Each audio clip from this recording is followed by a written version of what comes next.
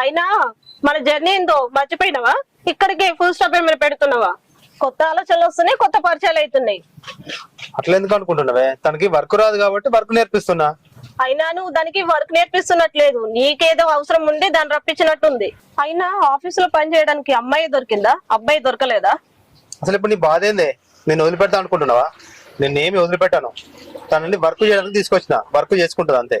నీ గురించి నాకు బాగా తెలుసు. నువ్వు ఎక్కడ దాని మోజులో పడి నన్నేడ దూరం పెడతావా అని నా భయం. నేనేమి దూరం పెట్టనే.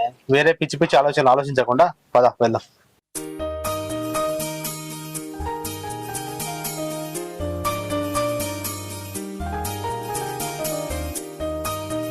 నువ్వు సూపర్ అన్న. దీన్ని వదిలేసి ఆ మాలతిని పెళ్లి చేసుకుంటా అంటున్నావు కదా, సూపర్, చేసేసుకో అన్న. అదే చూస్తున్నారా, ఆ అంజలిని ఎలా వదిలించుకోవాలో అర్థమైతలేరా.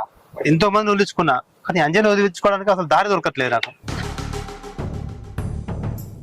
ఏం చేయాలో అర్థం కావట్లేదు అన్న. దాని గురించి వదిలేసా అన్న.